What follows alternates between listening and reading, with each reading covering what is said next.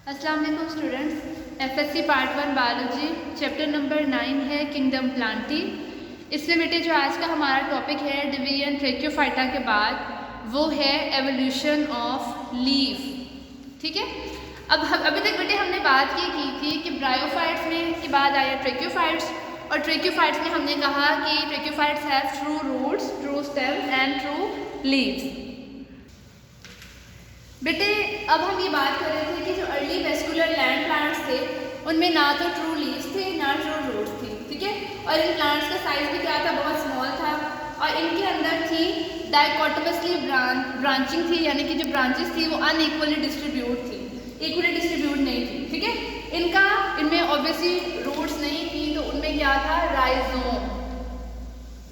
Rhizome आपको पता है कि हम कहते हैं कि रूट लाइक स्ट्रक्चर होता है जो कि सबट्रेनियन था, यानी कि ज़ेरे ज़मीन था, और हम कहते हैं कि क्या करता था, ये प्लांट को ज़मीन में एंकर करने के लिए और एब्जॉर्प्शन में हेल्प आउट करता था। ठीक है, अब हम कहते हैं उसके बाद क्या हुआ, आहिस्ता आहिस्ता जाहिर है जो प्लांट्स हैं वो वेस्कुलर प्लांट्स बन रहे थे ना, हायर वेस्कुलर प्लांट्स, तो उनमें क्या हुआ, उनमें लीफ की डेवलपमेंट होना शुरू हुई। जो अर्लियर लीफ थी बेटा उन्हें हम कहते थे माइक्रोफिल, और स्मॉल लीफ भी कहते हैं माइक्रोफिल को।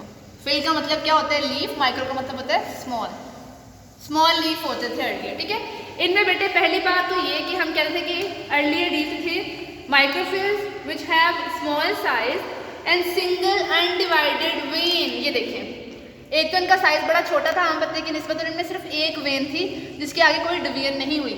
ठीक है, उसके बाद बेटे हम कहते हैं कि इसमें जो एग्जांपल आती है कि small size and single undivided when, किसमें, माइक्रोफिल में। उसके बाद जो अगले आते हैं वो आए लाइकोपोड्स।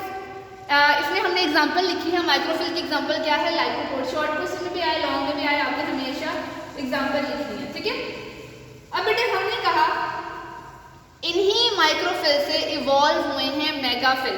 हम क्या कहते हैं बेटा, इन्होंने छोटी छोटी आउटग्रोथ्स बनानी शुरू की थी माइक्रोफिल ने। ठीक है, और ये जो माइक्रोफिल्स थे इनमें ऑब्वियसली वेस्कुलर बंडल तो उस तरह का सप्लाई नहीं था, इसलिए हम कहते हैं कि इन्हें हम माइक्रोफिल्स को ट्रू लीव्स जो हैं उनमें रिगार्ड नहीं करते थे। ठीक है, अब हम ये कहते हैं कि लाइकोपोड्स जो यहाँ एग्जांपल है, लाइकोपोड्स होते हैं वो फर्स्ट प्लांट्स थे जिनमें ट्रू लीव्स बने थे और ट्रू रूट्स बनी थी। अब मैंने कहा इन माइक्रोफिल से क्या इवॉल्व हुए, मेगाफिल्स। मेगाफिल क्या होते हैं, लार्ज लीव्स होते हैं बेटा। अगर हम यहाँ ऐसे ड्रॉ करें एक लीव, इनमें लार्ज लीफ होते हैं जिसमें जो है वेन वो डिवाइड हुई होती है वेनलेट्स में। ये एक वेन है, ये फर्दर डिवाइड होकर और फर्दर डिवाइड होकर, आपने अक्सर देखा भी होगा ना नेटवर्क जो आजकल के लीफ हैं ऐसे, उनमें ऐसा नेटवर्क था। ठीक है, इन्हें हम क्या कहते हैं, मेगाफिल्स, और इसकी एग्जांपल क्या है, फर्न्स और सीड प्लांट्स। एवोल्यूशन से बने हैं ना। अब बेटे हम कहते हैं कि एवोल्यूशन जो थी मेगाफिल्स की वो हुई थी, इसे कहते हैं बेटा ये डाइकोटोमस ब्रांचिंग है। ठीक है, देखिए ये छोटी है, ये उसके इक्वल ऑलमोस्ट आ रही है, ये इसके इक्वल है लेकिन ये थोड़ी ऊंची है, टेढ़ी देखिए ना, ब्रांचिंग भी इसकी अनइक्वल हुई हुई है। तो इससे हम कहते हैं कि डाइकोटोमसली ब्रांचिंग से एवोल्यूशन हुई है जो हमारे आज के लीफ हैं उसकी। ठीक है, जो आज हमारे प्रेजेंट लीफ। अब बेटे सबसे पहले हम ये कहते हैं कि ये जो एवोल्यूशन हुई है, यानी कि इससे एग्जैक्ट ये बनने तक इसको बेटे लगे हैं 350 मिलियन